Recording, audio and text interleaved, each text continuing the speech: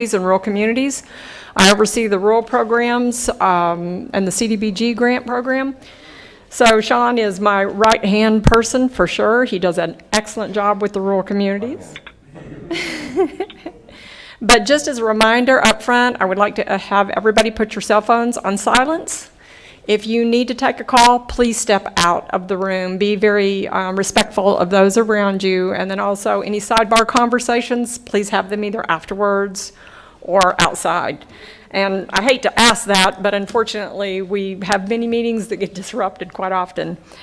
Anybody that's on the phone with us, we're going to ask you to put it on *6. We're actually going to put the phone on *5, which will put you in conference mode. A lot of times people will take a phone call, or they'll have a meeting on the sidebar whenever they're on the phone, and they'll put us on, not hold. Yeah, they put us on hold, and so then we end up hearing music.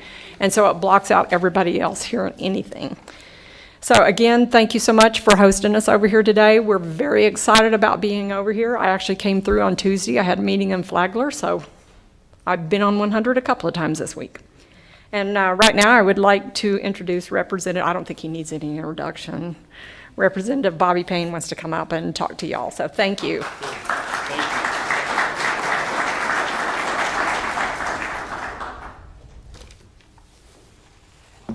Great. Well, good morning. Thank you all for being here. We're excited today to have an opportunity to have our DEO and our REDI committee members here today, and those of you on the phone, thank you for dialing in. It's a great day over in Putnam County, and but we want to recognize the fact that they're here. Thank them for being here, and certainly want to take a little bit of time to thank all the elected officials, administrative folks, and staff folks from throughout District 19 for being here. And I think Sean will go through the goals of what we're trying to accomplish here today. There'll be quite a long agenda, but I think it's important to understand that this is kind of a first stop for us. So we're excited, and our office is always willing and ready and able to try to coordinate and help facilitate what we can do to improve the lives and the quality of lives of citizens in our community, in our districts. Let me do a quick introduction of my staff in case you've not met them. Are they present? There's Leota. I see Leota Wilkinson. Leota is our local district aide for Putnam and Clay. Tammy Steele is Bradford and Union. Tammy, and Sam Wagner is our legislative aide in the back. So certainly make sure you contact them, get their information as well as my information before you leave today if you don't have that. So certainly very excited to have everyone here today. Thank you for being here. And the last item is we do have some light refreshments outside. This is a meeting that will run kind of through lunch, so if you feel like you need to grab some water or grab maybe some fruit or something, feel free to do that. So thank you all for being here today, and we're excited today. Let's have a great day. Thank you.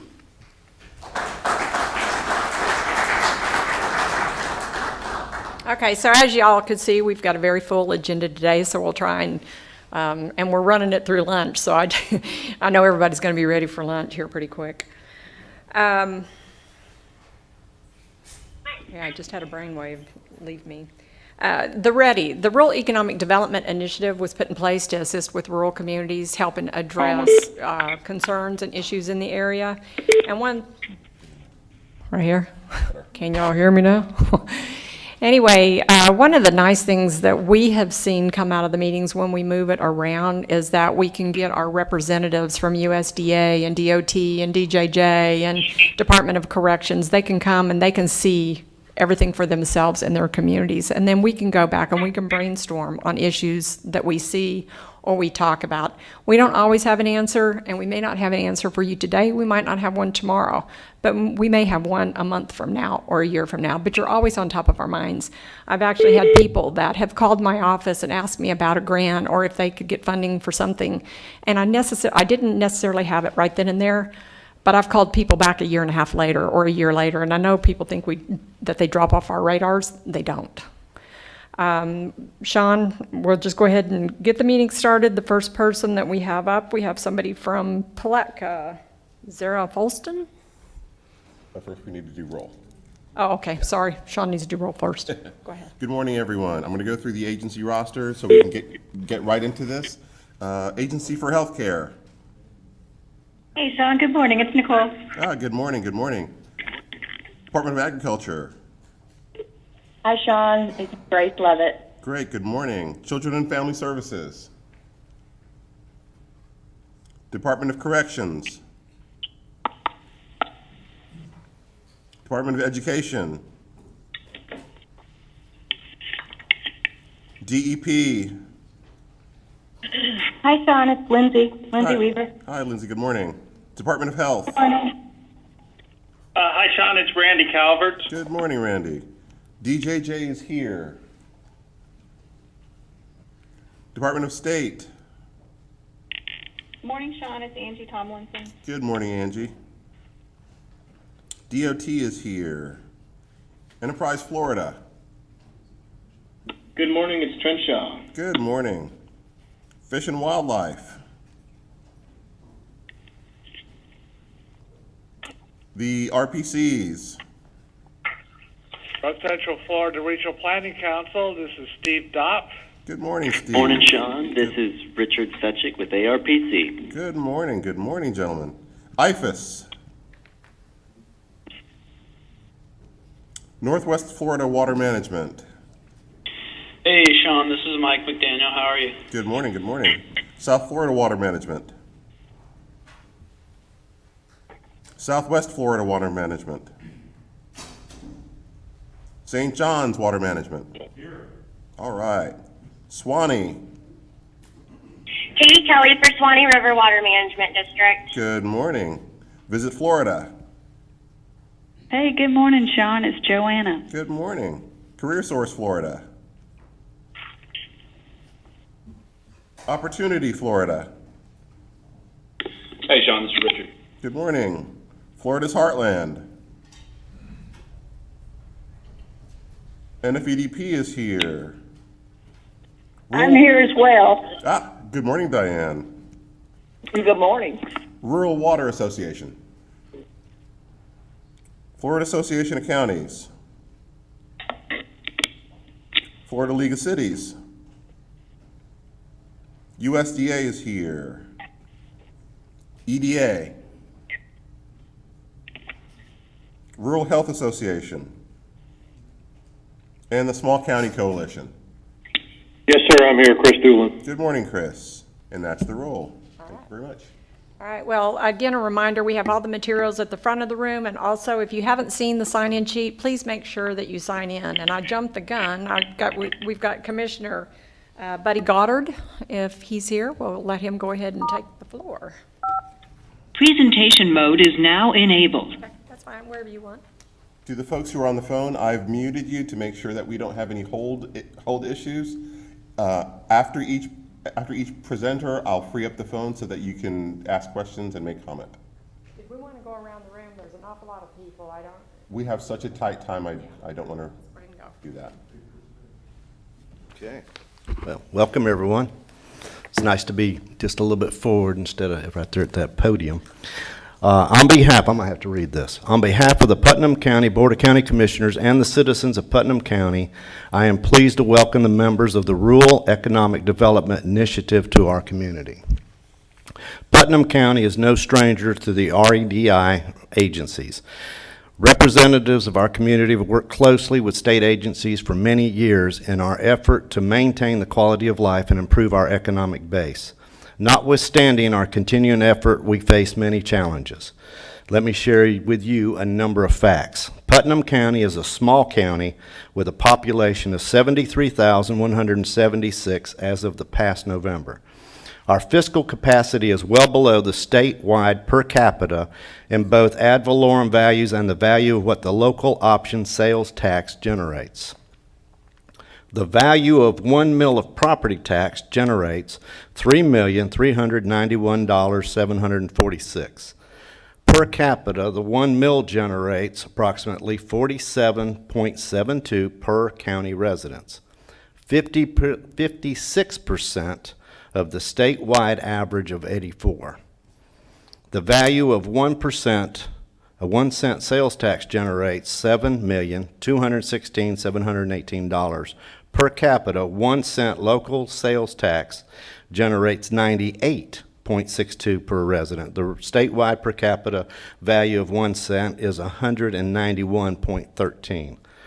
Designated as a fiscally constrained county and a rural area of critical concern, our community faces a number of challenges, and we are appreciative of the relationship that we have with our state agencies, our state leadership, including State Representative Bobby Payne and Senator Keith Perry. We participate in our state organizations, the Florida Association of Counties and the Small County Coalition, and we are pleased that one of our commissioners, Larry Harvey, has recently been appointed to serve as the chair of the Rural Caucus of the Florida Association of Counties, which we are very proud of. We will continue to be an advocate for rural economic development, and we appreciate the time that have been committed to our community today. And these are our three basics. Number one is our barge port improvements. And I'm just going to briefly hit this. The barge port development project is multidimensional.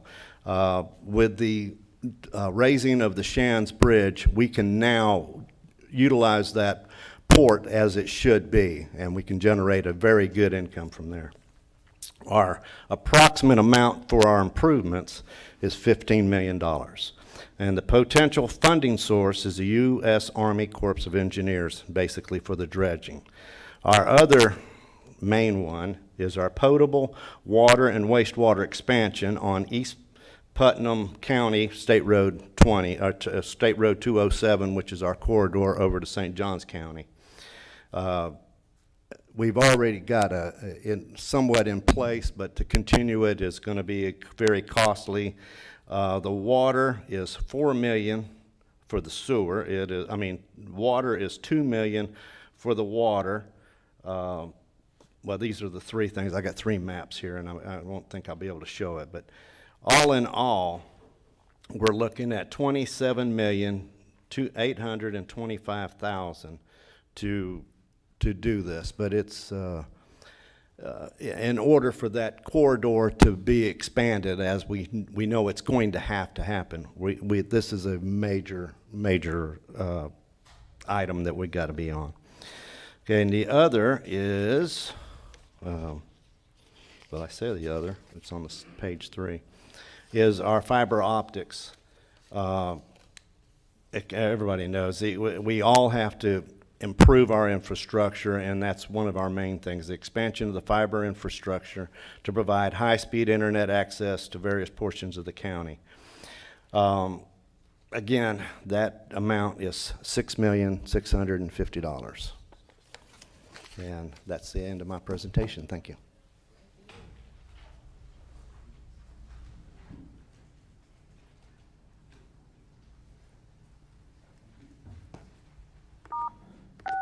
Muted. Okay, do we have any questions from the folks on the phone about the presentation? Okay. Okay, next up, Kenny Downs, County Chief Deputy Clerk of Court.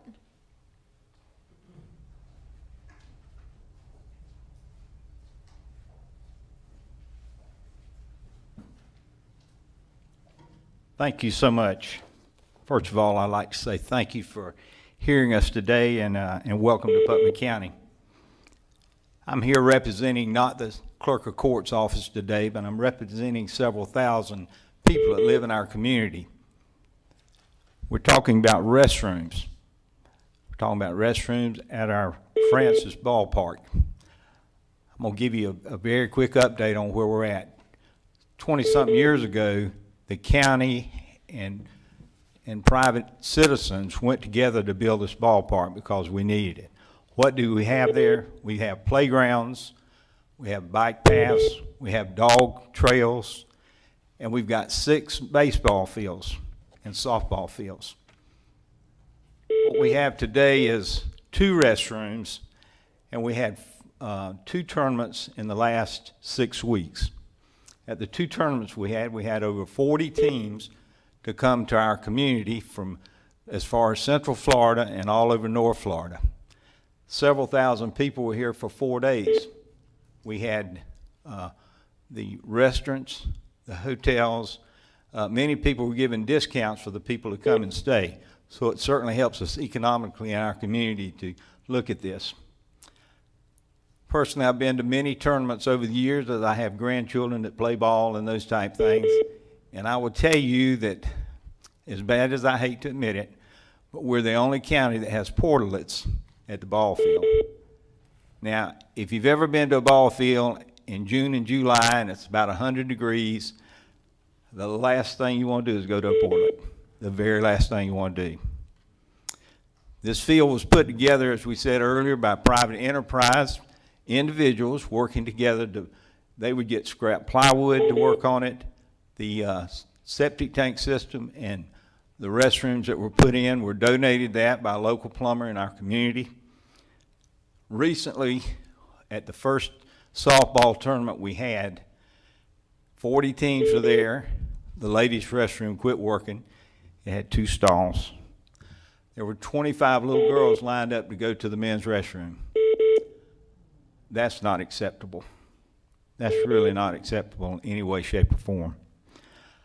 What we're asking for today in the 2 restrooms, and this was suitable when they put that in 20-something years ago, the crowd was not there as it is today. The restrooms that are there today are with 2 fields, and then go down about 400 or 500 feet down the way, and you've got a T-ball field. I'm sure some of you have had little children playing T-ball, little girls and boys. And then we have an 8-year-old field, a 9 and 10-year-old field, and 11 and 12-year-old field. This is where the bulk of the people go. We need to put some restrooms in that are certainly acceptable to use. The restrooms that we're asking for would be 4 urinals in the men's restroom in 1 stall, handicap stall, and be 5 stalls in the ladies' restroom, and of course we'd have 5 lavatories in both. I'm sure we're going to have a mound septic tank system, and so we come to you today and ask for your support in this. We have continued to work at, when you go out and you see the mothers and the fathers and the grandparents out working 10 days, 2 weeks ahead of time to get the field ready. So we've got something that we can be really proud of when people come in from counties all around us and they come in to see what we've got. And we're extremely proud of what we got, but we really need some more restrooms. We're predicting the cost on that's going to be about $50,000. So it's not a bad price when you start pricing mound-type septic systems. You know, I know I'm the second one on the list, but I would recommend that the first thing that organizations look at is to show that you're doing something. Let's get the low-hanging fruit first. I'll be glad to ask you any questions. Questions or comments? Unmuted. Do we have any questions for the presenter, from the folks on the phone? Can you still hear us on the phone?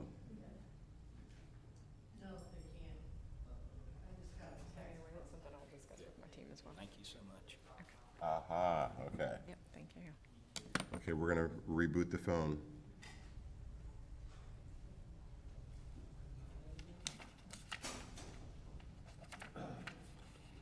Hey, Sean, Hey, this is Chris Doolin. I just wanted to say I didn't have any questions, but when you put us on mute, whatever you guys did, it muted everybody, so no one online, at least I couldn't hear any of the presentation. So anyway, no. That's all, just FYI. Okay, we're gonna leave that off, then. We're gonna leave that function off. Thank you, Chris. All right, next up, now we have, and I apologize if I'm pronouncing your name wrong, Zara Folston, City Manager with Palatka.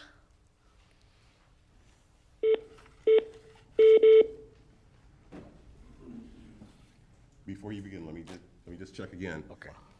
Can you hear us now, everyone? Yeah. I'm only getting one response. Chris, I think we're gonna reboot it to make sure that we get everybody back in. All right? I did have to come back in. Yeah. Okay. Okay, thank you. Welcome.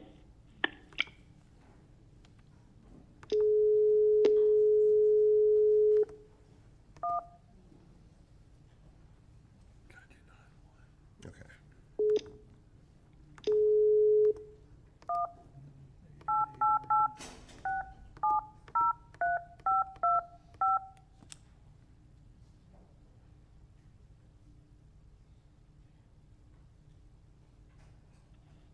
Welcome to Suncom Reservationless Conferencing.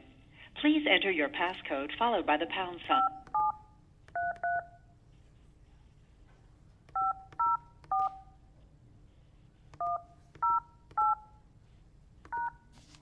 After the tone, please state your name followed by the pound sign. Sean Lewis, DEO.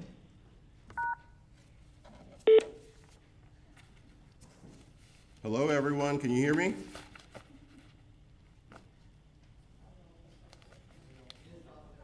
It's going to take him a second. I can hear you. Okay, there we go. We apologize. We had a technical issue here, and the phone just muted everybody, and we lost folks. So folks should be coming back in. Yep, I'm hearing them chiming back in. Okay. All right, do you want to wait a couple of seconds, or you want us to go? Pardon me? No, go ahead and start. All right, good morning, good morning, good morning. Yeah.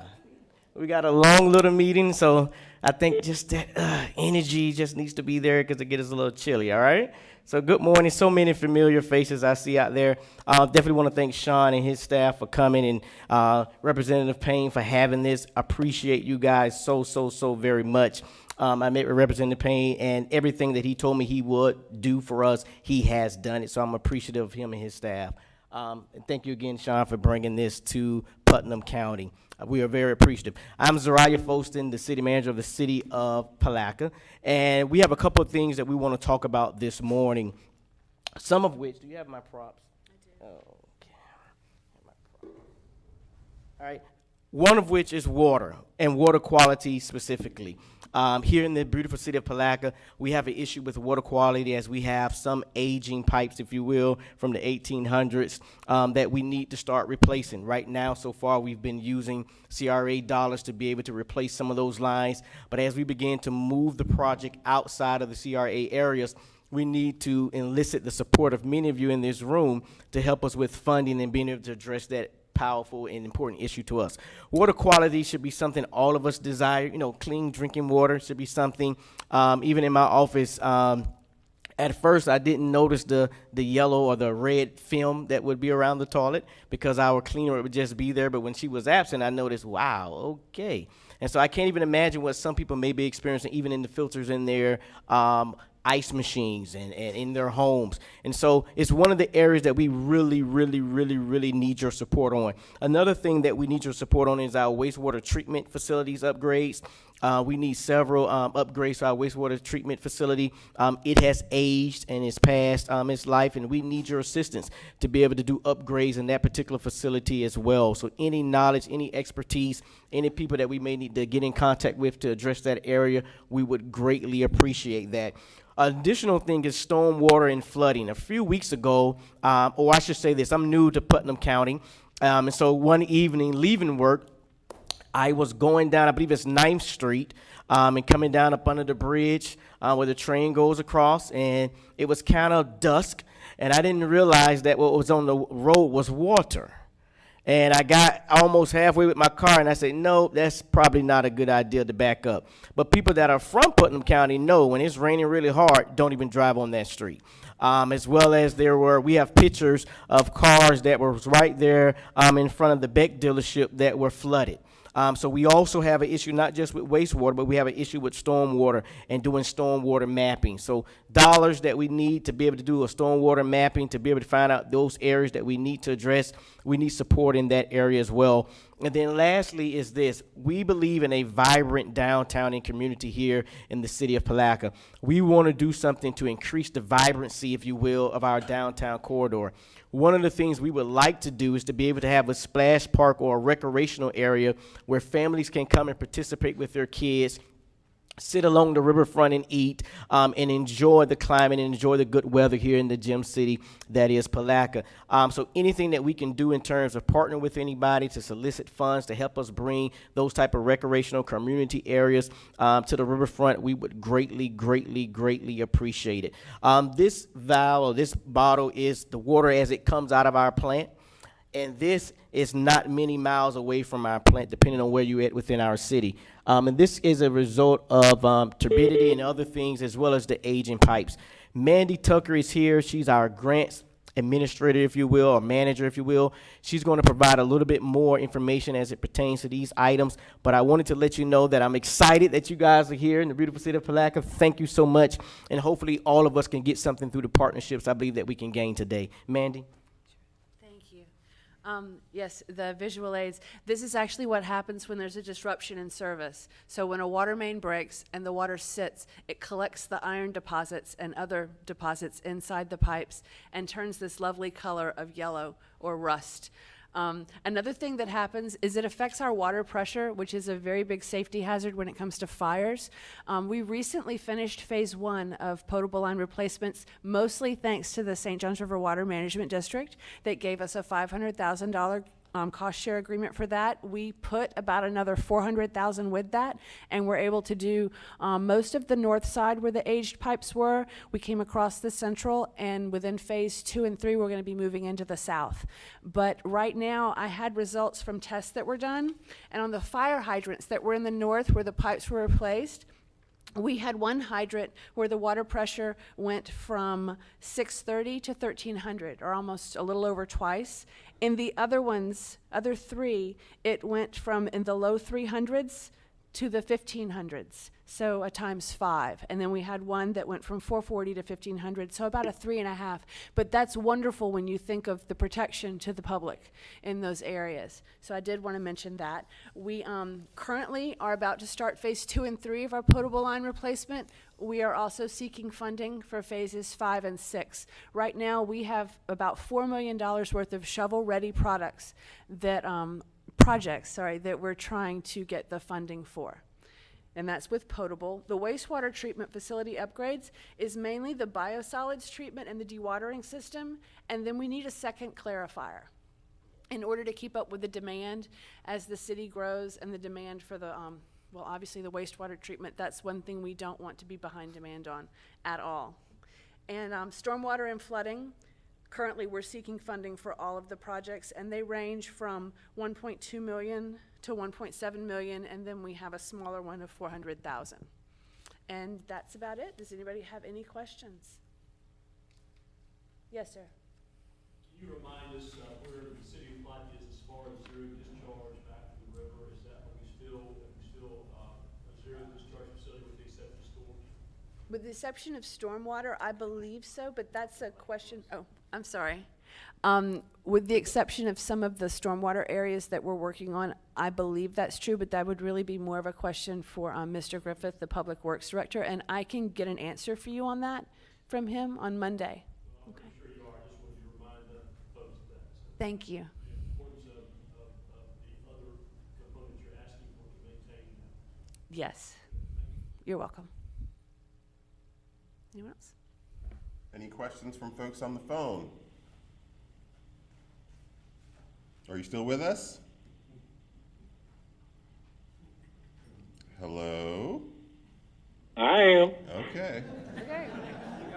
Got me worried there, guys. Okay. Don't ask that question anymore, okay? Okay, well, thank you very much, and we appreciate all the information on the projects that y'all have in the pipe here. Next up, we have a presentation for Crescent City, Mr. Patrick Kennedy, and he is the city manager with Crescent City.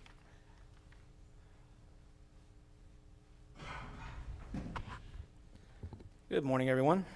I feel like I'm preaching to the choir facing this way. Very similar stories in Crescent City, obviously, maybe on a smaller scale.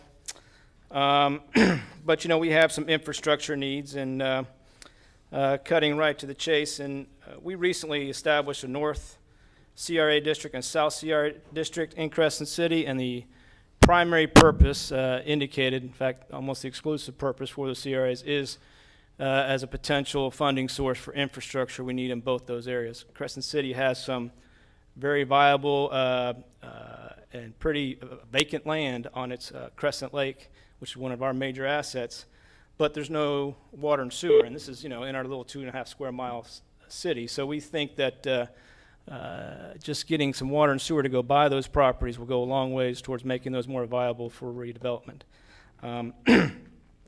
And we estimate between $2 to $3 million to do the entire thing. We do recognize that the price of free money is paperwork and time. So if we have to do those things in stages, that's the way we have to do it. We do work with a lot of the REDI programs now, and they've been very beneficial to us. Water Management District, the Department of Transportation, and others have all been very helpful to us. We also are very interested in broadband. I think it makes sense for the county to be the leader on that, but Crescent City, and most of you know, Crescent City has a fear of being forgotten. And so we want to make sure we're in the loop, but we also, the county vision, I hope, will include making it available in a way that makes access for the commercial and residential users, and not just public facilities. I know sometimes that's how we get the facilities there, but we need to come up with a plan that we know the private sector is going to be able to take advantage of. And we've been in communication with the county, but also kind of doing our own thing. We got some rough estimates for the worst case scenario, if you will, to build a Crescent City building its own line from the north and south all the way in of up to $6 million. But we know we can do better than that, especially if we're able to cooperate with the county and come up with a solution that works for everybody. We have some aging water infrastructure. It's probably not quite as old as some of Palaca's. We don't have any wooden lines, I'll say that.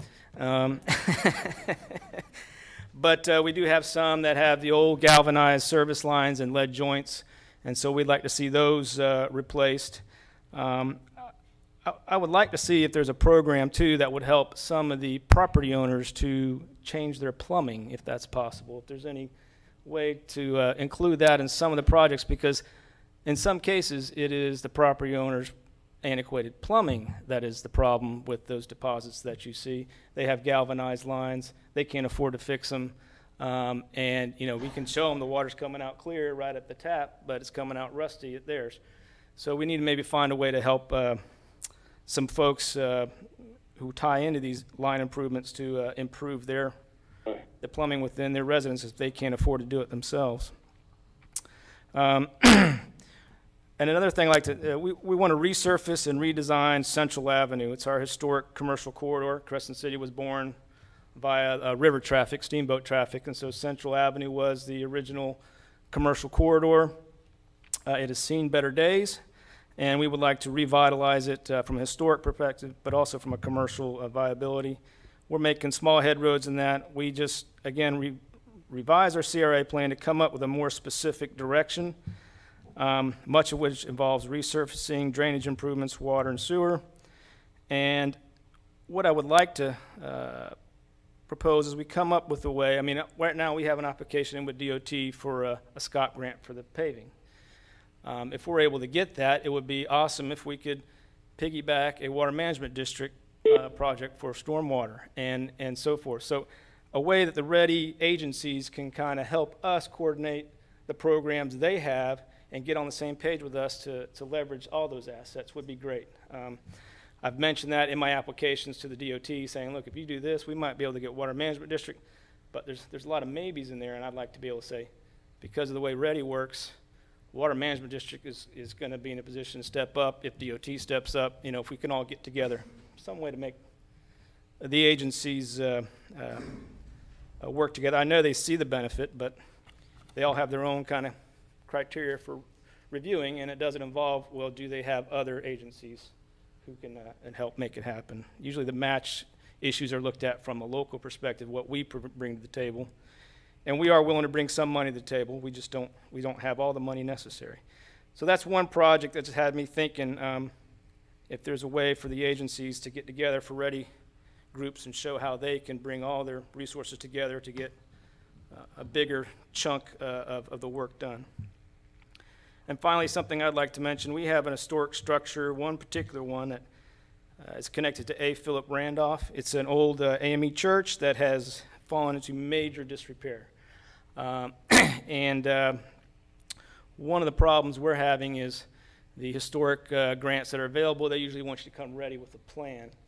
And we can't even hardly afford to come up with the plan because it's a private structure, and a lot of the stuff, it's because it's a church, The grant can't get to all the issues that may need to be addressed, but we could use some help just with getting a contractor, architects, and engineers to help us come up with the solutions so we know what to present as far as the construction and the construction costs go.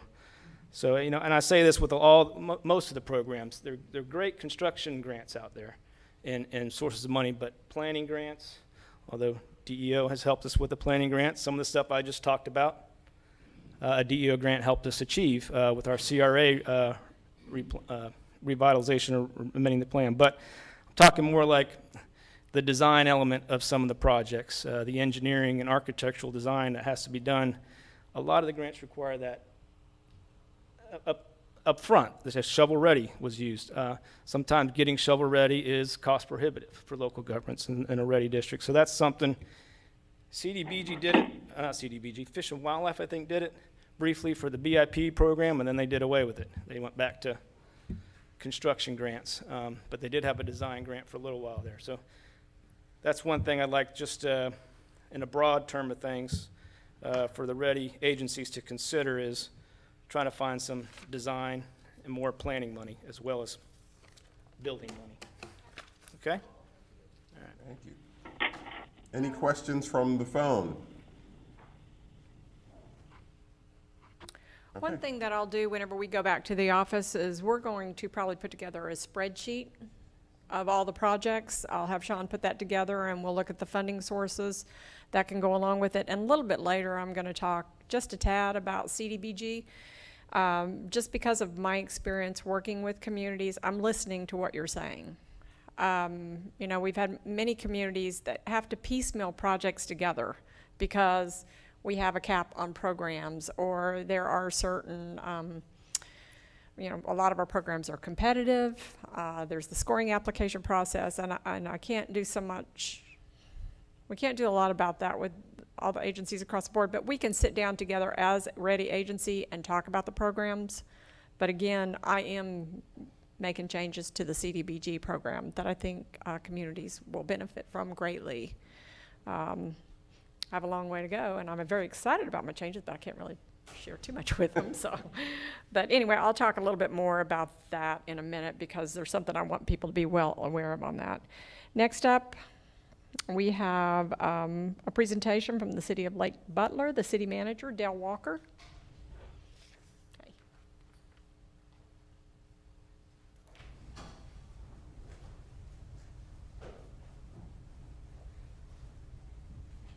Good morning. My name is Dale Walker. I'm the city manager of Lake Butler. Lake Butler, one of the smallest communities in the state, one of the poorest counties in the state. And we're trying to bring Lake Butler to a new level. And we've got 3 priorities that we're really focusing on. The first is wastewater. We have a tremendous problem with infiltration, and we're trying to solve that. When it rains, like a lot of other places, we get a lot of flooding to the point where sometimes it floods into the basements, into the homes of the residents. And so there's a lot of issues with the wastewater. Plus, it's very old. It's antiquated. It's running up against capacity limits. And we've heard that from a lot of the other speakers already. And so now we're then focused on the water system.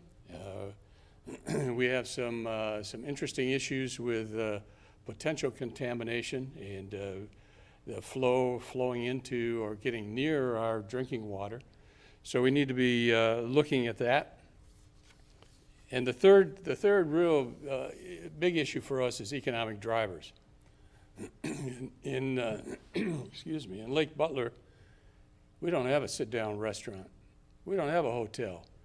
Some of the other communities have other issues. We're back at the basics. And so we're looking for some dynamic person that wants to come in and build a hotel.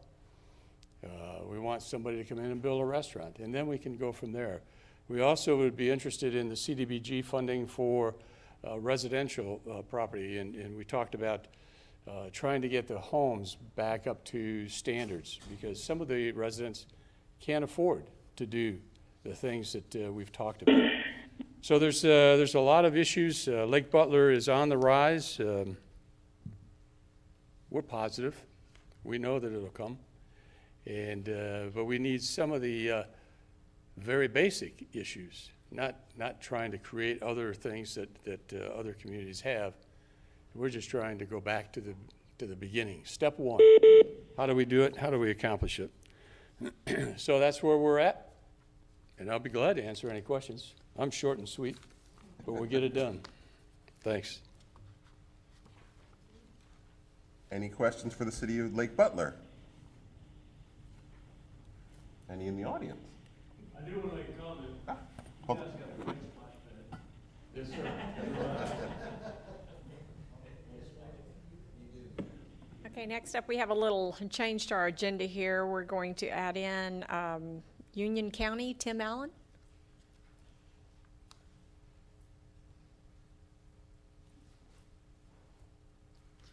Hi, my name is Timothy Allen. I'm the newly appointed Emergency Management Director and 911 Coordinator for Union County. And I've only been on the job for about 2 weeks, so I don't have any formal presentation, but I would like to talk about our biggest priority in Union County. First of all, I'd like to say we support the City of Lake Butler's projects fully, 100%, and those are very needed projects. But from a county perspective, our biggest priority right now is a new Emergency Operations Center. I'd like to read just a little bit from the most recent shelter survey. The first point is a little humorous. The building is exposed to one very large, heavy tree that could cause destructive collapse or lay down impact damage.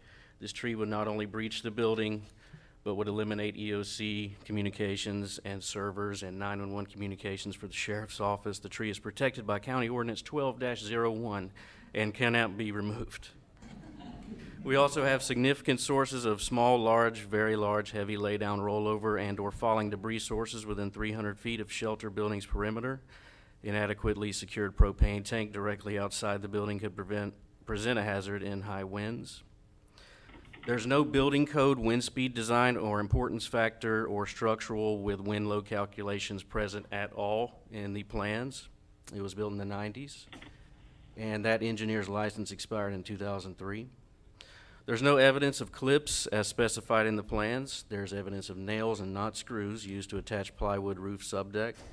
Some nails not engaging sheathing to trusses. Also, the building roof condition has been reported as sunken and rotten. The biggest concern I have, though, is that retrofit projects are not possible because of the size of the EOC. The EOC, including offices, is about 1,000 square feet, not counting the dispatch room. And the EOC itself is 387 square feet. I've gotten preliminary estimates from an architect, and it would cost just under $3 million for a new EOC in Union County, mainly because of the hardening that is required for those buildings, especially if you include 24/7 dispatch and communication center inside. Obviously, Union County being fiscally constrained, designated by the state of Florida, that is not possible. In 2006, under House Bill 2171, or I think was the number, we applied for EOC grant funding. And even though we were told we had one of the best applications in the state, we were denied because they were awarded to coastal communities, which is understandable. But we were also told there would be another round of grant funding, and there never was. It's now 2018. We wrote an executive summary to the legislature in 2009 explaining why we basically did not have an EOC, and all these reasons were included, and it was pretty much ignored. So any guidance on possible funding would be greatly appreciated, and I'm able to answer any questions. I also have business cards if you'd like to get one later, and please get in contact with me. Thank you. Thank you.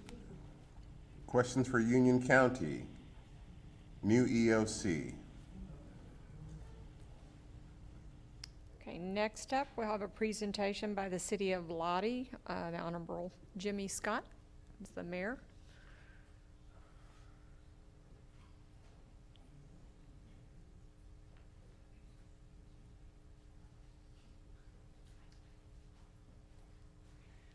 Good morning. Morning. I'm Jimmy Scott, Mayor of the City of Lodi, located on the north end of Bradford County, population 780 and counting. We're a small city, which means we have a small tax base and not able to really complete projects that are essential to our growth. So what we're seeking is some assistance for our City Hall, for our red light camera switch, excuse me, not camera, but a red light switch to allow vehicles, our emergency vehicles, to enter the busy Highway US 301 quickly so we can respond, reduce our response time, and basically save lives. Our first project is a City of Lodi municipal facility. We are currently in a building donated by the Department of Corrections. It was an old barracks for the inmates out in Rayford, and it is sagging, roofs leaking, walls cracking, and it is time for a new facility. So we are estimating about 3,500 square foot of space at an estimated cost of $350,000. Our second project is replacement of non-working fire hydrant. We have some all over the city that's not working, and those we need in case of an emergency or need a fire. We need to be able to have those fire hydrants working. So we're estimating about 11 of those fire hydrants that need replacement at a cost of about $93,500. Our last project is the emergency red light switch that we can install in our emergency vehicles, police department, fire. When they enter that busy Highway US 310, by the way, the estimated traffic pattern is 17,000 cars per day. It is very difficult to enter that highway either heading north or south or across to the east with traffic pattern or the traffic that we have coming through Lodi. So we are seeking a switch that will allow our emergency vehicles to enter the red light, change that red light so they can access the highway very, very quickly. In the past few years, we've implemented a sewer system from USDA loan grant program that's completed, and that is all a part of the plan to grow, move forward. This year, we've completed a CDBG grant to upgrade our water system that will also provide us with the opportunity to grow, and we're seeing that. As a matter of fact, this week we're hooking up 3 new people into the city, whereas before we could not. So all this is getting Lodi in the position that they can grow and eventually take care of all of its infrastructure. So we are seeking for a total of about $518,500 for these 3 projects, and any assistance we can get from any funding source, we certainly would appreciate it. Thank you. Mr. Mayor, do you have a cost on the switch? $75,000. $75,000, thank you.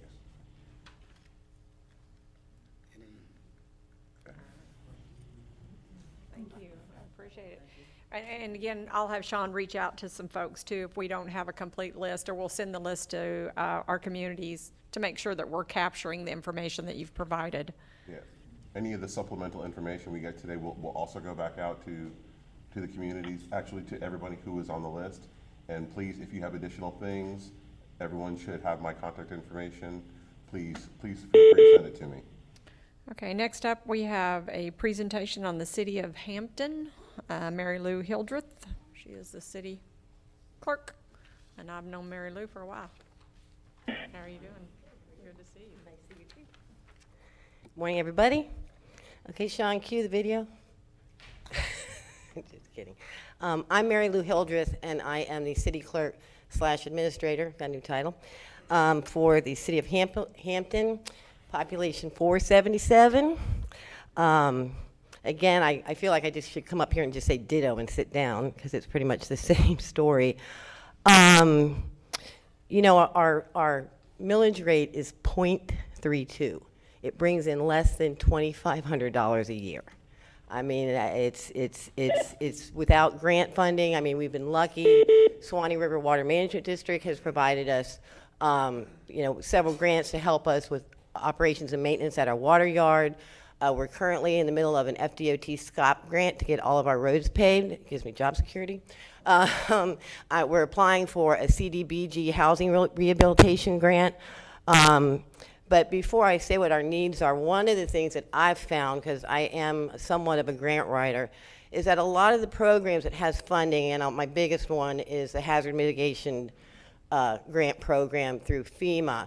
They award counties like Bradford. For Matthew, they awarded $300,000. For Irma, it was $1 million, but not the county nor any municipality applied for it because it is so technically, the historical data that they want. These are small rural communities with these type of grants. We don't have the resources, the historical data, the technical abilities to do these grants. And like I said, I'm a grant writer, and the book's this thick. It's ridiculous.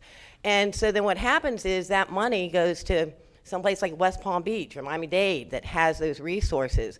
And it's really frustrating, to sit there and see that money's available, and it's not competitive. It's allocated to that particular county, but it just 2 hurricanes in a row now we haven't applied for it. Okay, so that's my rant done. Our big thing again we have a potable water yard. It's over 50 years old. With grants we've been able to maintain it, but again, like everybody else, we need new infrastructure, and we'd like to expand the water yard as well because in Bradford County with the bypass coming through, Lottie's on the north end and Hampton's on the south end, there's development that's coming up and down 301, but you have to have that infrastructure. I've talked to so many agencies, for SRF funding, you can't build it anticipating growth. Well, if you build it, they will come, and you need to have it for fire suppression. That's for you, Chip, fire suppression. Thank you. So that's a need. And so we'd like to move it. It sits right in the middle of town on a little patch grass in between 2 houses. So we'd like to be able to move it. It would include land acquisition, new wells and service lines for $12 million. The other issue, Hampton is built in a swamp. And so we need a watershed master plan, flood and drainage mitigation. I've worked with Swanee River, Army Corps of Engineers, DEP, FRWA, SERCAP, and others. We wanted to, first you had to develop a study to determine what the problem is. You can't just go over here and put in a couple culverts because you're going to flood somebody else down here. So the first thing that we need, we would initially start, find out what's causing the flooding and the drainage problems, find a solution, engineer it, and construct it, because we're at the headwaters of Santa Fe.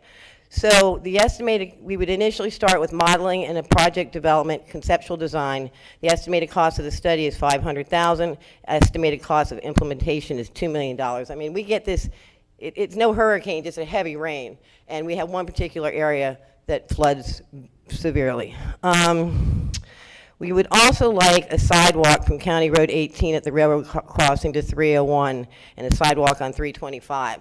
And again, this goes back to this expansion up along 301. We just got a Dollar General put on the corner, and the mode of transportation for a lot of my residents is a John Deere lawnmower from 1972. So they walk, and they walk in the middle of the road, and even though it says posted 30, it doesn't happen. So it's only a mile sidewalk that we need, but it's a public safety issue. Well, it's a mile on that one and one on 325 as well. And as many of you know, there's no funding for sidewalks. And well, there is transportation alternatives through DOT, but the problem is it's like 8 years out, and it's a very limited funding source. The sidewalks for both approximately 1 mile each is $600,000.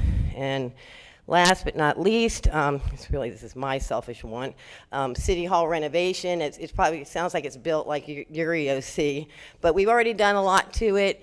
If y'all are familiar with it, have been there before, when I started there, it had plywood floors and there was holes you could see to the dirt below. My chair only had one arm on it.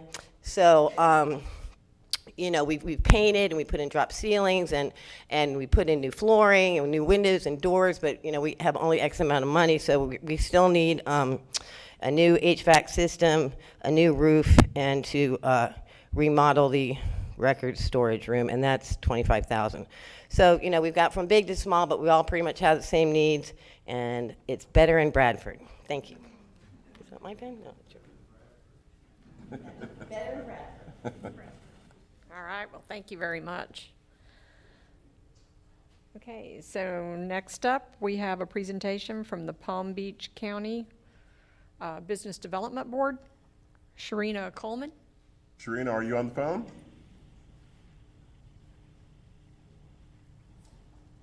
Sharina? I don't think we have her. Okay. I'm just going to give a brief overview on the East Point fires that happened. I know everybody has seen that in the news. We had about 46, it depends on what media you listen to. There is anywhere between 27 to 46 homes that were damaged. We've got a lot of the state agencies, nonprofits, FEMA, they've now got the trailers over there for those folks to reside in until we can get things taken care of. But that is a huge focus of all the state agencies right now, I think. I don't know if y'all have any questions or comments about that whole project, because if not, I'm going to go ahead and talk a little bit about CDBG. I have a couple of communities. I recently went to the town of Greenville for the dedication ceremony of their wastewater treatment system. Greenville's very small, just like many of the communities that are talking here today. One of the things that I found is, in order for them to complete this project, it took 8 years to piecemeal it together. Little did I know, back whenever I was with the Office of Tourism, Trade, and Economic Development, I oversaw the Rural Infrastructure Fund. And the grant manager who oversaw this for the project for the community, who was excellent, the day that I went to the presentation, we got to talk, and he goes, you know, this started with a feasibility study under the Rural Infrastructure Fund. Here it is 8 years later, and this project finally was completed, but it was piecemealed together. It was Rural Infrastructure Fund, it was Community Development Block Grant, it was the SRF fund. So anyway, in looking at a lot of those things, we do hear what the communities are going through. Again, we recently went through a rule revision with CDBG where some of the penalty points won't be taking place, but I will tell you, I have to highly encourage everybody to spend your dollars within the time frame that you get it, and here's why. The HUD obviously provides that funding mechanism to us, and I got a report showing what the expenditure rate is of all the states. California's number 50. That's 1 through 50. 50's not good. They're at the bottom rank. And HUD has now frozen their funds. Florida is number 48.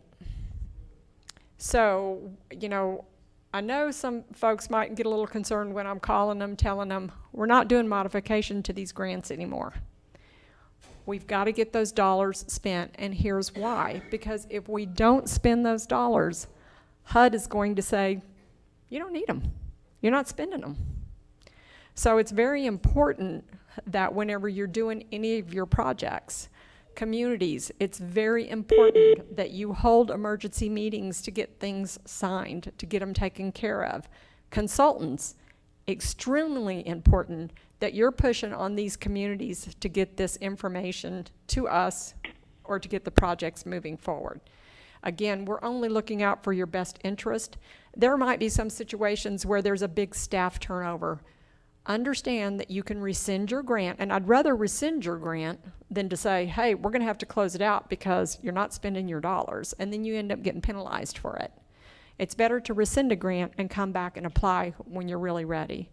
We had one community that they had a housing grant. 3 years into it, they had 2 houses done out of 24. They came to us and I said, we've given you one extension already, a year, and you're still only at 2 houses. And they had a whole new staff turnover. So I told them, I said, we're not looking at another modification until we see what kind of progress you're gonna make. I'm telling you, this community knocked it out of the ballpark. They came back to us and said, hey, we only have 2 more houses to finish, but we need 2 more months. At that point, you have to say, sure, you guys are making progress. You're knocking it out of the park. So, you know, we're willing to work with communities that are really trying, but some of the excuses of we don't, you know, we've had a staff turnover, or, you know, our commissioners don't meet for another 2 months, not acceptable. You accepted these dollars knowing that you had to get these projects done. So I beg you, for your community's sake, get them done. The caps on the community development block grant program, there are things we're going to be looking at that hopefully will help the communities. You know, like I said, I can't imagine as a community having 3 and 4 grants that you have to administer. You don't have the staff. You don't have the time. It's confusing. A lot of dollars go to administration when it needs to be going into the project. So with that being said, we are looking at things. We're trying to make things different. I know we have the Rural Infrastructure Fund, but with many of the grants, the Community Development Block Grant, Economic Development, and the Rural Infrastructure Fund grant, we have those dollars. However, until you have a business on board, you can't use the funds. So, but one area that I made an improvement on the Rural Infrastructure Fund is previously they only allowed communities to get 25% of that pot. Last year we actually got, or for this fiscal year, we actually got $2.7 million, but that's $2.7 million for 32 rural counties. It's not that we divide it up evenly, because we don't. But 25% of that pot goes nowhere. Well, when I first took the project on, I'm going, okay, where does it say that? It wasn't in rule, it wasn't in statute. I talked to our attorneys, I'm going, why are we limiting it? Come to find out, we didn't have to, so I removed that cap. We've now been able to fund projects at $1.6 million or $1.3 million. That makes a difference. That's what brings the jobs. So again, our staff is looking at it. We haven't forgot you. You know, some things, some processes are just a little slower. I will also say, I think everybody's aware of the Florida Job Growth Grant Program, and some of you may have applied last year, and you're probably going to apply again. Just as a pointer, make sure that you really stick to the facts of the project. A lot of people know that the communities don't have a lot of dollars. You don't have to give the history of your community. You can say, we're a designated RAO. That's all you need to say. And then you say, here's my project, here's how much money I need, and this is what's going to be my ROI. It makes your process go a little bit smoother. I will tell you, I attended a event, a site selector event over in Marianna one time, and a site selector came up. A site selector is somebody who comes and scouts your area where they want to place a business. And this lady told the whole group, she says, when we ask for information from a community, we tell them we want 1 page or we want 2 paragraphs. She said, all the time people would give me 15 pages. They're excited about your community, and you should be excited about your community, but don't put it all on 1 page, because those presentations, anything that was over a paragraph, 2 paragraphs, or a page, automatically went in the trash. They were never looked at. I think Jeff Hendry can probably back me up on this one. He's dealt with this. So, you know, whenever you're asking for funds, whether it be a grant, you know, from one of the agencies, whether it be a site selector, just make sure that the message that you're saying is clear, it's concise, it's short. It's going to help you a lot in the long run. And I'm certainly not meaning to get up here and shake my finger at everybody. What I'm trying to do is trying to make sure that the state of Florida continues to get funding those HUD dollars so that we can help improve your communities. So that's my reason for stating that.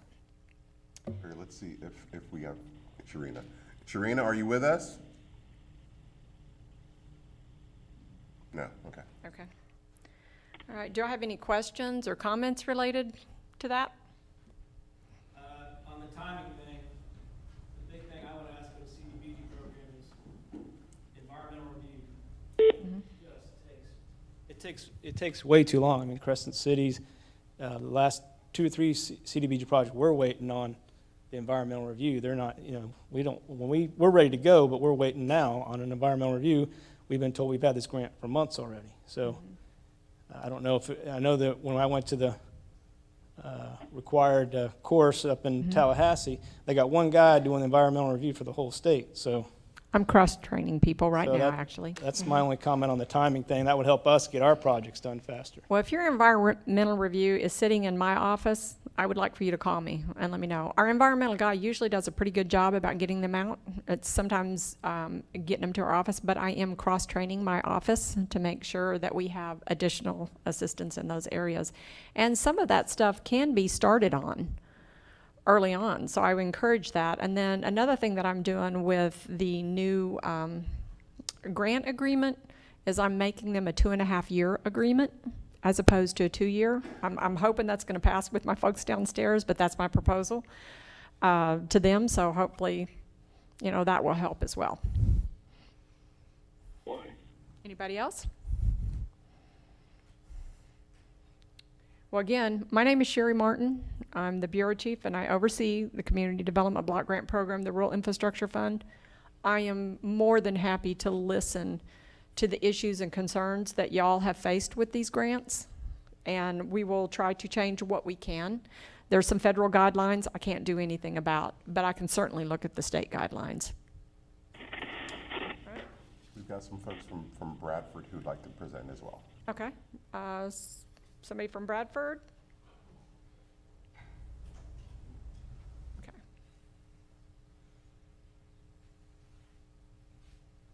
And I don't know your name, I'm sorry. Brad Carter. Brad Carter? County manager.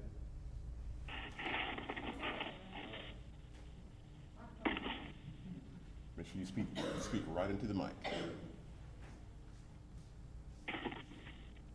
Ours is very, our major need is very general and preliminary at this point, in that our county is going through a transition from a all-volunteer fire system to a hybrid with some paid folks, or at least that's what we're proposing.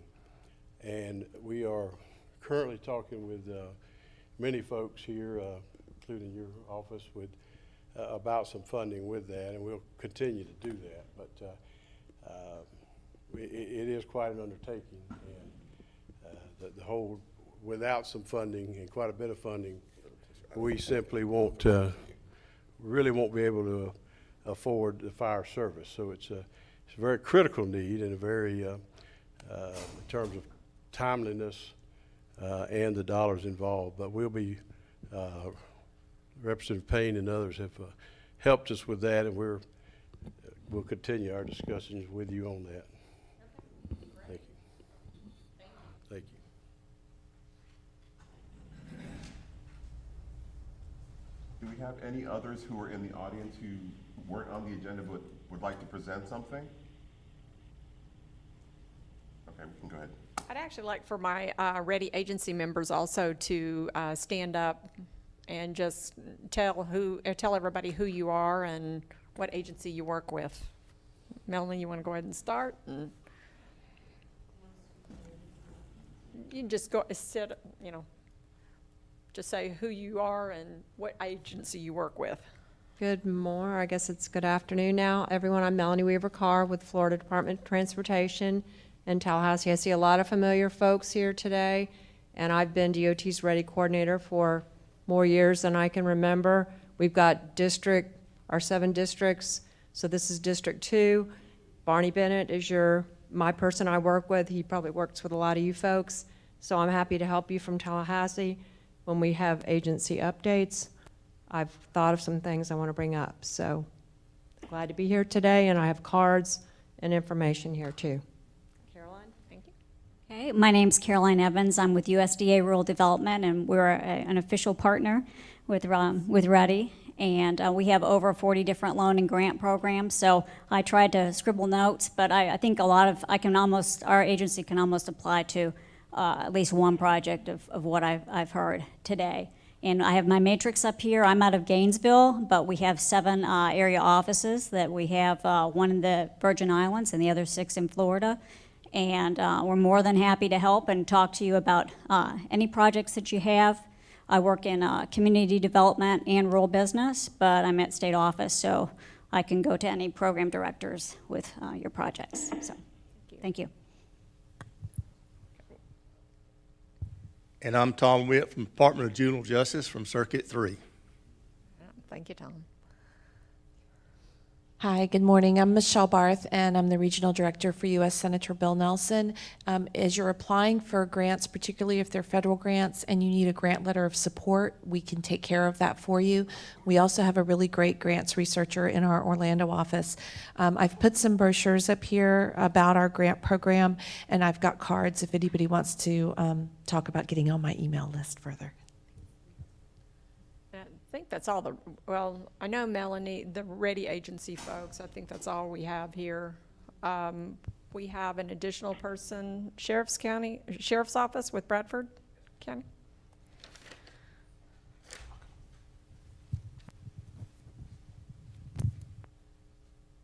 Good morning. My name is Raymond Shuford, Lieutenant with the Bradford County Sheriff's Office. I'm also the Emergency Management Director and 911 Coordinator for the county.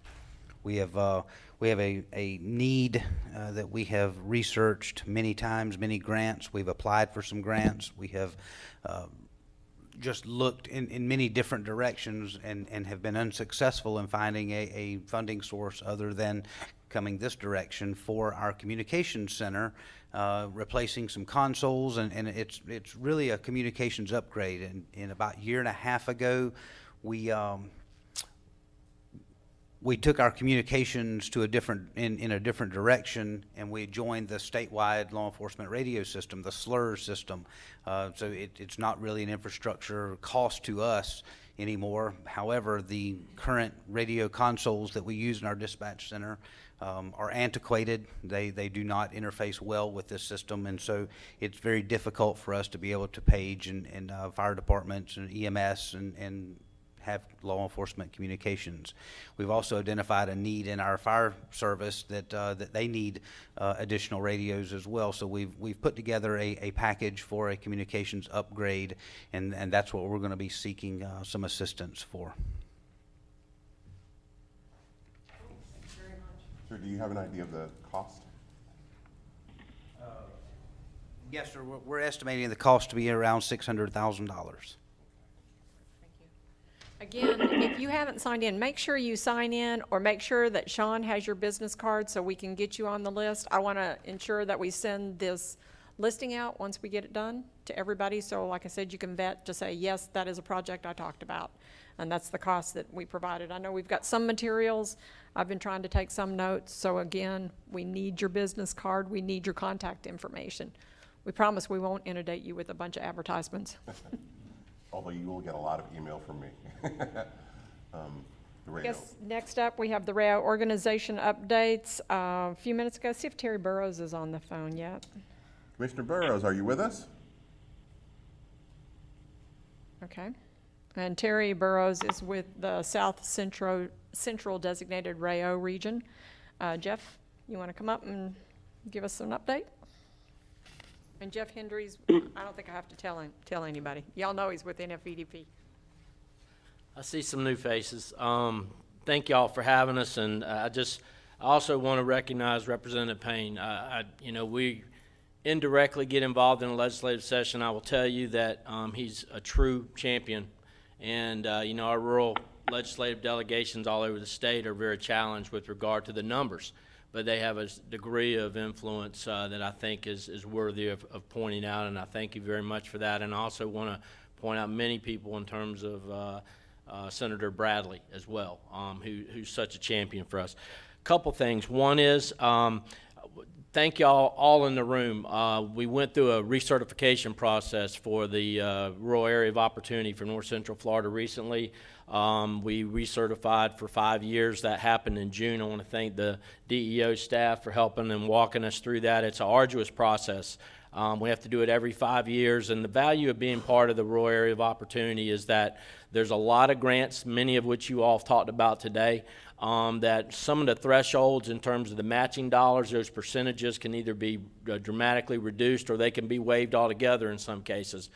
Certainly helps us out with a lot of federal grants as well. So it's a designation worthy of that.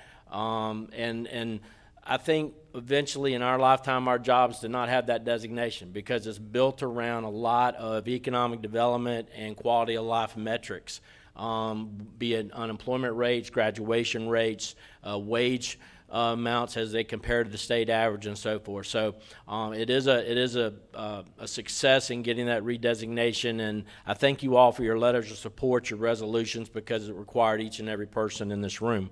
Also want to reemphasize the program that Sherry talked about earlier, the Florida Jobs Growth Grant Program. Just want to give you a really quick synopsis of what happened to our region last cycle. And just remind you all, this is a program that it sounds like a lot of money, $85 million. The 2017 dollars were fully expended. And obviously as of July 1st, there was a new appropriation, $85 million, but it's for the entire state of Florida. Think about that. We got 411 cities. We got technical colleges, we got community colleges, we got 67 counties, we got a lot of other special districts that are eligible to apply for those dollars. So the bottom line is, in our region, I think we were modestly, quite frankly, successful. I'm proud of what happened. Wanted to kind of give you an update on that. 2 programs that got funded that we were directly involved in helping with the grant application, and by we, I mean Diane Scholes and myself.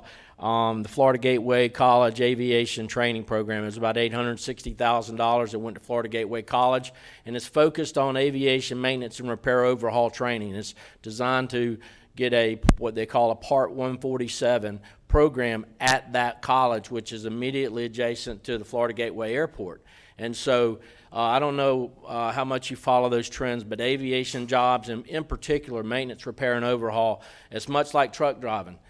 There is such a shortage of those kinds of jobs throughout the nation, and certainly within our state, that was really going to be a boon, I think, for that airport, but also the region. The other program that we were involved in, we were able to get a rail spur funded through the Florida Jobs Growth Grant Program at Columbia County over in Lake City mega site, and so that was about $3 million.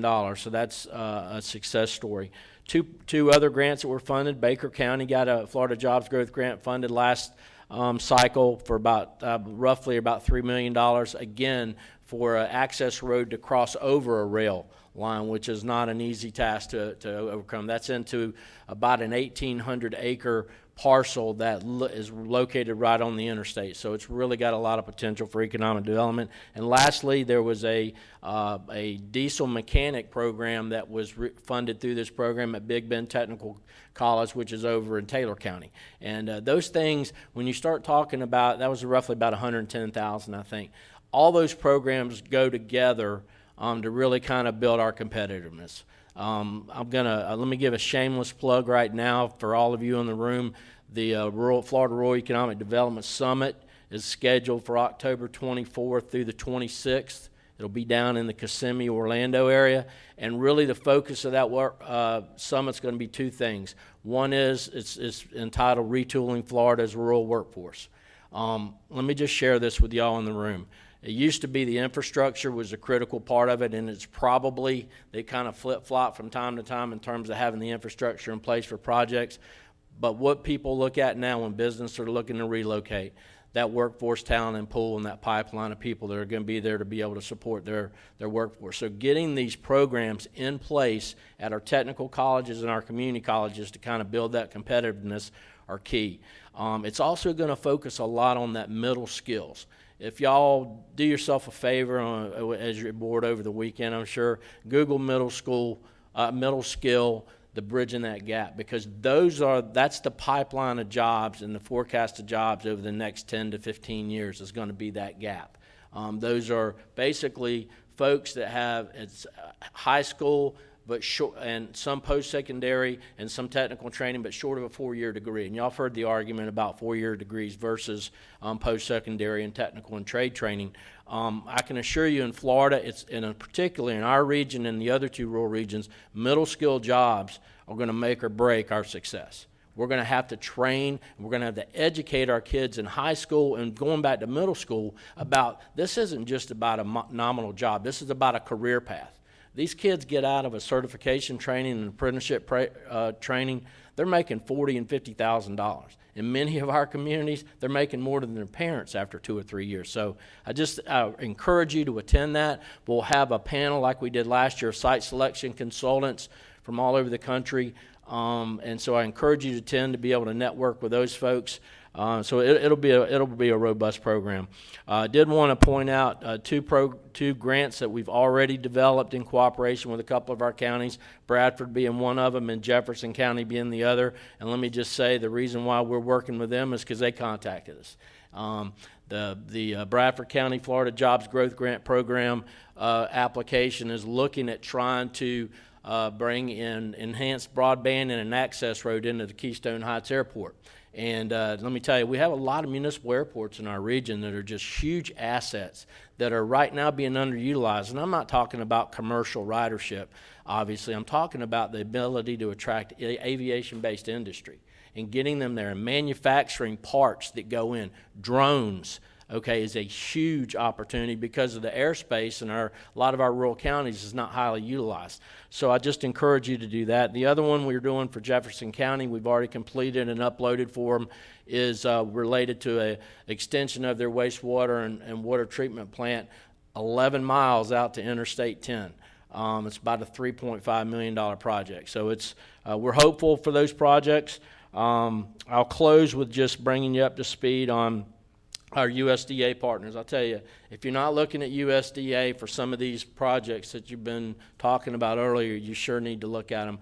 We recently were able to get about a $70,000 grant to re-roof a hangar out at Dixie County's municipal airport. There's a business that's locating out there, and that's a huge boon for them.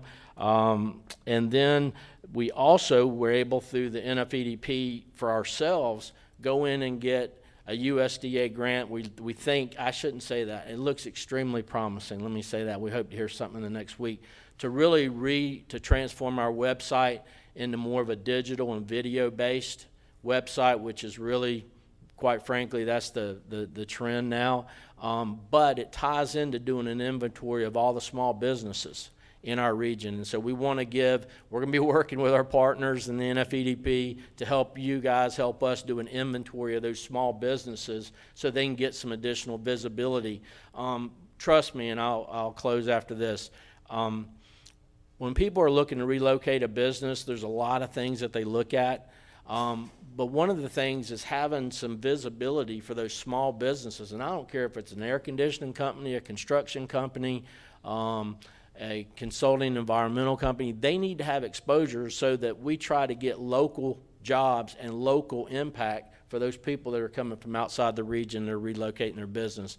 And that's what's designed to do that. Last thing is we are going to be embarking on a 2025 kind of revamp of a strategic planning for the region that does two things. One is kind of sets our North Star and our targeted industries based on things that have happened in our region, a 14-county region. And we're also going to be doing a workforce study analysis so that we can look at the types of training that we need to try to start attracting in our community colleges, our technical training colleges, and our four-year universities. So encourage y'all to stay involved. Our next board meeting September 7th, and it'll be in Suwannee County at the Spirit of the Suwannee. So I hope y'all can join us. Thank you very much. Also, Jeff made an important comment about the RAO redesignation. Please know that your RAO memorandum of agreement will be coming to you soon. Please sign those and send them back, because the designation of being a RAO is contingent upon that agreement being executed. So don't get it and just throw it aside. It has to be executed and returned to DEO, please. Send out some of those curt reminders. Okay, do we have Richard Williams or Susan on the phone? Richard, are you still with us? I hope we didn't lose him on the drop. Hey, we're doing good on time. Doing great on time. Everybody will get to eat. All right. Agency partners? Yep. Melanie, you said you wanted to provide an update, so we're going to do the REDI agency partner update right now.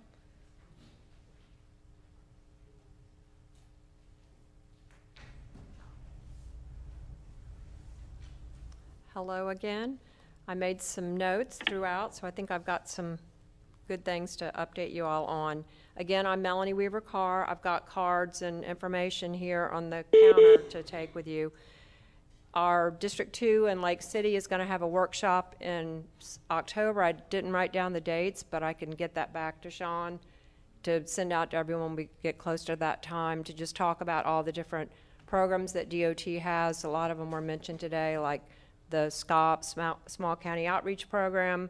We've got SCRAP, Small County Rural Assistance Program, TRIP, Transportation Regional Incentive Program, SIGP, County Incentive Grant Program, and if they require local match, since you all are in rural counties, you don't, the match is waived, which is great. So that's a good program that DOT has, lots of good grant monies for you all. I heard a couple mentions about sidewalk projects. We do have Safe Routes to School programs, so if some of those communities like Mary Beth you were talking about, if there's a school nearby, we can maybe see if a Safe Routes to School grant could help. Those are out there, and each district has a Safe Routes to School coordinator, as well as the Transportation Alternative Program does have money, and you just need to kind of get in the pipeline for those projects. Some of you might be in MPOs too. Anyone here in an MPO, Metropolitan Planning Organization? I think everyone's pretty much just rural and not in an MPO. So if you were in an MPO, you'd have to go through a prioritization process with them, but since you're just strictly rural counties and not parts of an MPO, you can just, work with your district to get on that the priority list. Let me see, what else did I write down here? Oh, and as far as Safe Routes to School program, at UF, we decided to prioritize a lot of the Safe Routes to School money for rural counties, and we wanted to see how we could help, because we realize a lot of the counties don't have the staff to write these grants. So out of UF, Ruth Steiner and her staff there will actually help technical assistance. They'll come out to the rural counties, see what your needs are, help you write the grants, and get you in the pipeline for those projects. So that's a part of working through REDI to realize, like when I heard someone talking about the historical, maybe that's something the Department of State could do, where you can go through a university to kind of help get technical assistance to help write some of these grants. And also develop a plan. We had one community that actually got one of the universities to help develop a plan. So, and that was over in Hamilton County, I believe so. Right. So the universities are a lot of times looking for projects, like especially the planning schools do different kinds of projects. So reach out to UF, obviously is in your backyard. Some of the community colleges might be able to help too. And what else did I have? Oh, we're going to host, it's called Focus on Community. It's best practices in transportation. It's free. It's going to be in Orlando at the Rosen Plaza, December 12th and 13th. And some of the sessions will be focused on rural transportation planning. I work in the Office of Policy Planning, and we are having a big push now to address rural needs, because as we always know, it seems like the urban people get more attention. We've realized that we need to make it, put rural out there more and understand more about rural needs. So my office is in charge of all that work, so I'm proud of that and hope that will kind of be a legacy that I'm leaving DOT, because I'm retiring in February. And this Focus on Community, like I said, get these, and hopefully you can come. It is free. And then finally, I was talking with Michelle from Senator Nelson's office about a lot of us have elderly relatives. We might be, we're all aging, right? We have a Safe Mobility for Life Coalition. So if you have, I'm leaving some brochures up here related to that. People needing transportation in our rural areas. There's a findarideflorida.org. There are a lot of resources out there to help people get around. I know it's a huge issue, just, getting to medical appointments, getting to school, just, getting to the store if you don't have access to transportation, or when you outlive your ability to drive. We'll all get there. Automated vehicles are coming, but they won't be here tomorrow for everybody. So wanted to put that out there too. And I think that's it, unless I have any questions. Yes? So I'm very familiar with Big Bucks. Well, I've written 2 grants when I was in Keystone, and I got one for $600,000. Thanks, John. But I didn't get the second one because they're like, oh, well, you already got one. But the one we got, it only did like this much to the spider web, so it didn't make much sense to me that if you want safe routes to school, can you finish the one you started? But we did get some sidewalks. There were some connectivity issues. But the other problem that rural areas have is that some of our schools in our rural areas are being closed because of attendance and whatever. And so one of the school in Hampton is on that potential list to be closed. So why are they going to want to participate if they think they're not going to exist in a couple of years? And so that creates, you know, and if you have to get everybody on board, because it's also a very complicated grant, you have to count how many kids are walking to school, you have to have teachers involved and parents involved. And again, in poor rural communities, it's hard to get that type of involvement a lot of times, to get all the players at the table, so. That, I can see that. And I don't know if the UF staff might be available to help with some of those needs. And speaking about gaps in the sidewalk network, that's another thing we're really working hard to. We've got better technology now to count bicyclists and pedestrians, so we're trying to move, you know, like get better data for crashes and, you know, deaths and injuries in where there's gaps in the sidewalk, like where people aren't having to drive their John Deere down the road, you know, their sidewalk just ends. So I think Sherry wants, it's time for the next person, but we're getting better data on that, and we have a complete streets program too with DOT now, which is really the roads are for all users. So if you want to kind of redo your downtowns, you know, have more walkability, on-street parking, that kind of thing, you know, DOT is working with our communities to foster that kind of environment. Thanks. Tom, do you have anything you wanted to share? Okay. Caroline, did you have anything you wanted to share? And Caroline with USDA.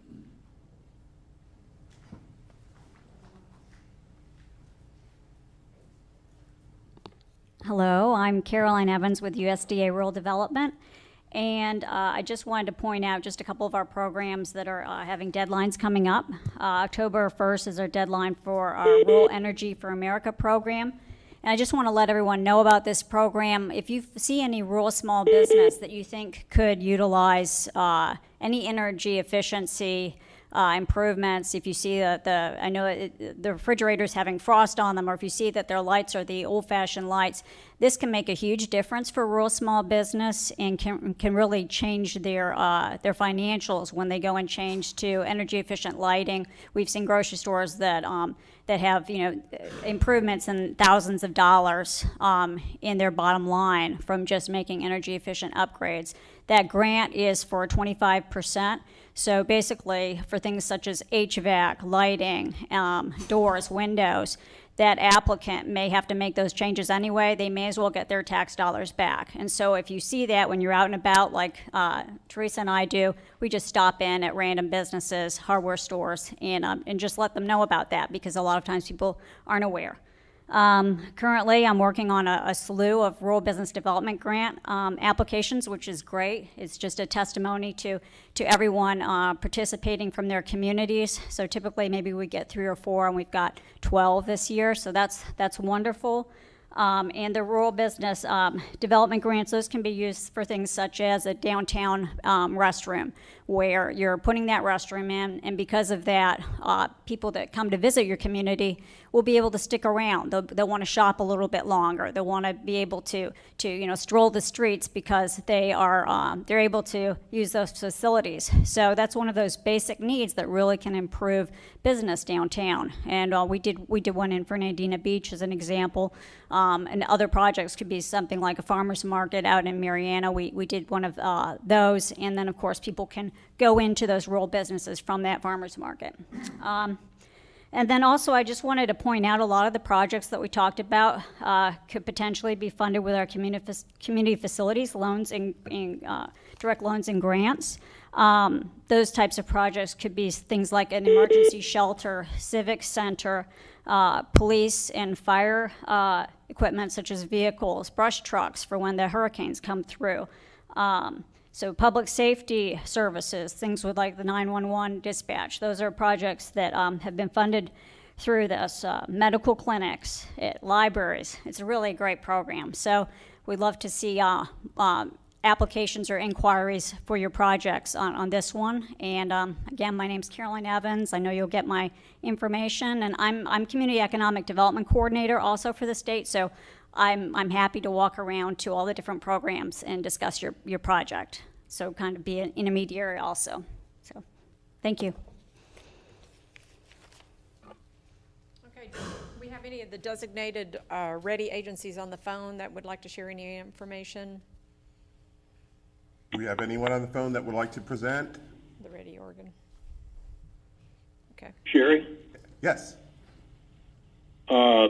I'm not sure the Small County Coalition is a designated agency, but we're certainly a collaborator, and if you have a moment, I'd like to share a few comments. Absolutely. Sure, we got time for some brief comments, yeah. On behalf of the Small County Coalition, I want to just absolutely say that we appreciate what the agencies are doing and the REDI organization. The small counties, as evidenced by what you've heard today, are very. The agencies are extremely important to these small cities and rural areas, and if you did an analysis of their operating and infrastructure budgets, the state has a very large role, as does the federal government. So without that safety net, it would be very, very difficult with the limited fiscal capacity for them to even operate.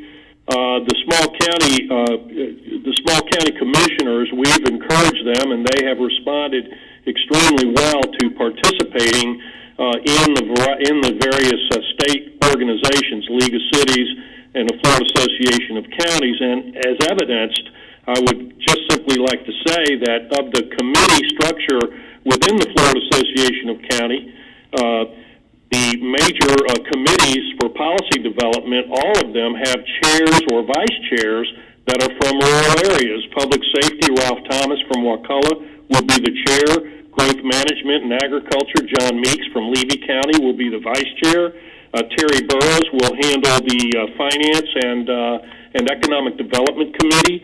Larry Harvey, as mentioned by Commissioner Goddard, is going to be the chair of the Rural Caucus, and Ron Williams from Columbia. So the small county commissioners have effectively embedded themselves within their organizations, including the Small County Coalition. I do want to say that from an agency perspective, from an organizational perspective, we're all moving into the policy evaluation for the 2019 legislative session. We'll be asking for policy guidance. The Florida Association of Counties will be as well. I know that the agencies will be preparing their budget requests for submittal. If they already haven't started doing that, I'm sure they have. I would request that the REDI agencies around the room look at the programs within your agencies that are particularly beneficial to rural Florida. Our objective, number one, we'd certainly like to be enhanced in those areas, but we certainly want to protect from losing or going backwards.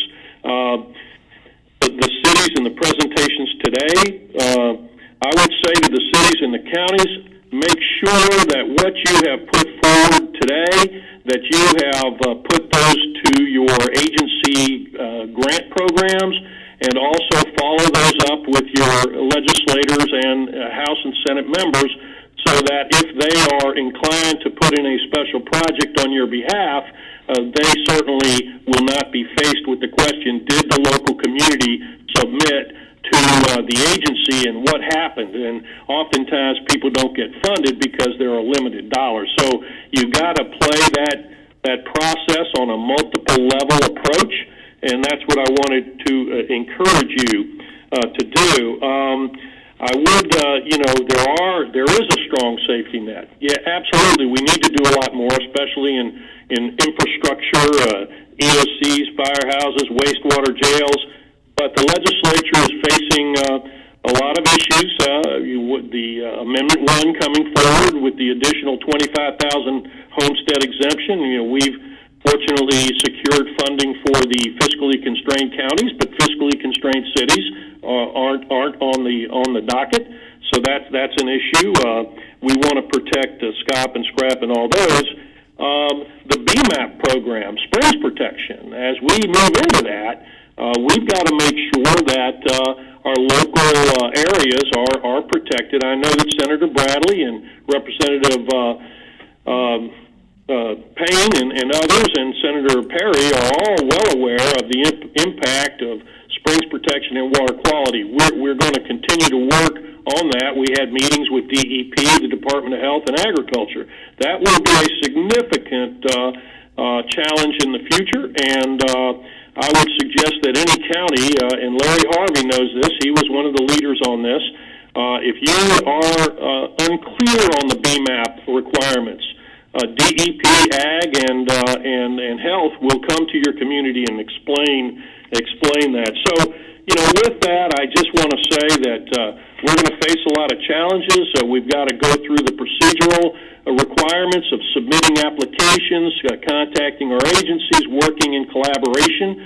But I really wanted to compliment the involvement of our commissioners and our city leaders and our county leaders in staying with it. Sometimes folks get frustrated, but keep it up. There are advocates at the state level, and we appreciate Sherry, what you and I might remark that Sherry last year was recognized as a significant state leader for rural programs by the coalition, and Bobby Payne and Perry, Senator Perry, have always, along with the other House and Senate members. But we can't just rely on them to take the message. We've got to do the ground level work, getting the applications in, competing for these dollars. Whether we get them or not, we still have to go through those processes, and I know it's a challenge. So I'll end with that. I appreciate what you guys do, and thank you for letting me share these remarks. Okay, thank you, Chris. We appreciate you as well. And Representative Payne, you wanted to come up and address the group again?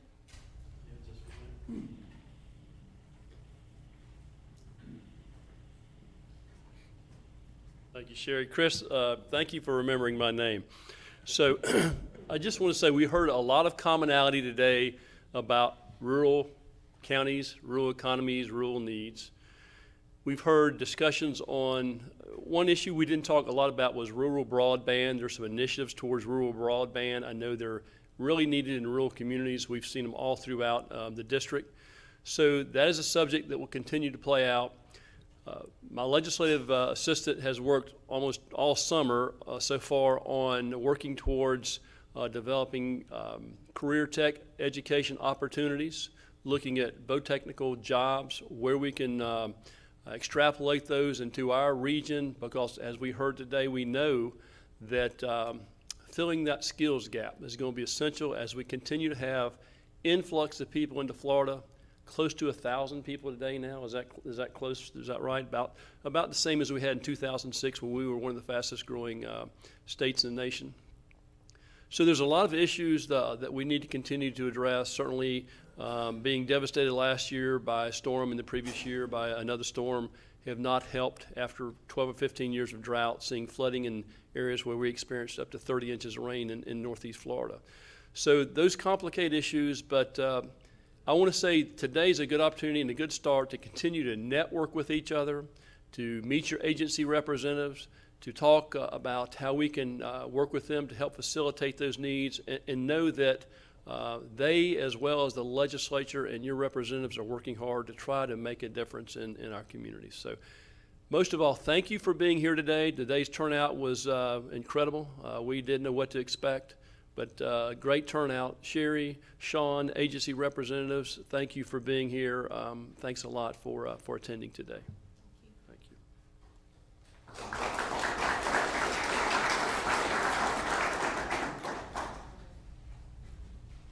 Thank you. Everyone, I'd like to end my little piece with some thank yous. Representative Payne, your office has been wonderful to work with. Thank you so much. Sam and Leota, are just wonderful to work with. Thank you so much. Thank you to Putnam County for hosting the meeting. It was a great opportunity, great facility to hold this here. I'd also like to recognize Jeff Hendry and Diane Scholes with NFADP. Thank you for all your work. As Jeff mentioned, that redesignation took a lot of work. It took a lot of work from them, and it took a lot of stewardship on the parts of all the communities. Thank you all for being so responsive and so quick to get those letters of support. Those designations are really, really valuable to all the communities. So thank you all for stepping up and making sure that happened. Also, finally, please make sure I get business cards from you so that we make sure that we don't lose anybody, nothing falls through the crack. After this meeting, I'll be aggregating all the requests so that I can reach out to my agency partners, and we'll follow up with a lot of calls to see how we can combine some things and make some efficiencies happen on helping with these projects. So please make sure I get those cards. Also, if anything else occurs to you, anything else pops up, please do not hesitate to reach out to us. We are there all the time. We spend all of our time doing technical assistance, so please let us be there for you. Once again, thank you, and I'll... Introduce Joseph real quick. Oh, absolutely. Joseph, why don't you stand up Yeah. real quick, just to let people know who your planner is. This is Joseph Adamense, and he is our planner for the Bureau of Community Planning within our division. This region is his region. Joseph, do you want to come up and introduce yourself here? A lot of times names and faces don't get to be put together, so I just wanted to make sure that you knew who y'all's planner was, so.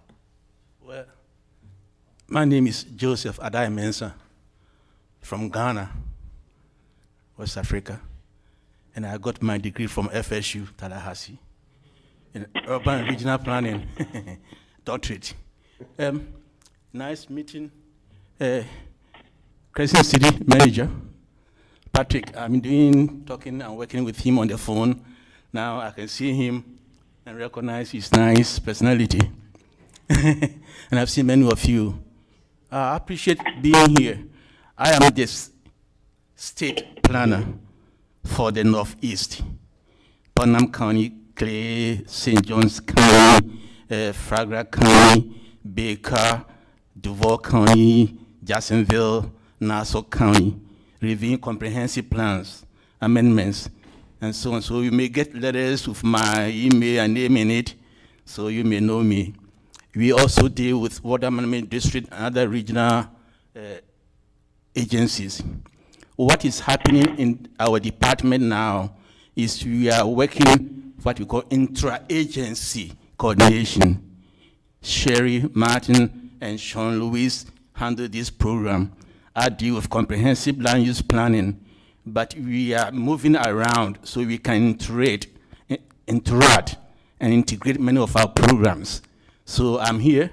This is my first time of being at the REDI meeting, and I enjoy every piece of it, seeing many of the elected officials I hear from and work with on the phone. Mary Lou, I've known her for a little while, so I'm happy to be here, and I have learned a lot from the communities, and I think this is going to continue. And we are going to hope that we don't just concentrate on the urban residents, but rural areas, which is my personal interest. So thank you for coming to Putnam County. I've been here before, but I was here to see the planning staff. I was here also to work with the county for what we call competitive flood access mapping. So I know Larry and many people, and it's a nice county. And I'm happy to be here again. Thank you. Thank you, Joseph. Yeah, it's kind of nice because, believe it or not, we are starting to talk to other divisions within the organization. And I'm loving it, and I think the other bureaus are as well.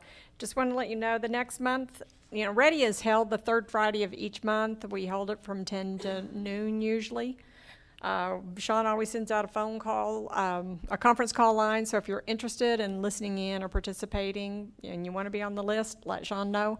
Understand, REDI is here for the rural communities. You know, for many, many years, it's always the agencies are coming in and we're talking to each other, but it's like we're missing the whole point. We're here for the rural communities. We need to hear what you have to say. So again, August 17th, we're going to be having it at the Department of Juvenile Justice in Tallahassee. And then September 21st, we're going to be holding it in Liberty County. And then October 19th, we're going to be down in probably Okeechobee, the South Central Rail region. And I will tell you, Caroline comes from Gainesville to Tallahassee quite a bit, and Tom comes from Lake City to our meetings in Tallahassee. So, you know, you do have some very devoted and dedicated REDI representatives here. So thank you all so much for being here. If anybody has any more questions or anything, please let me know. Y'all ready for lunch, aren't you? Okay, thank you.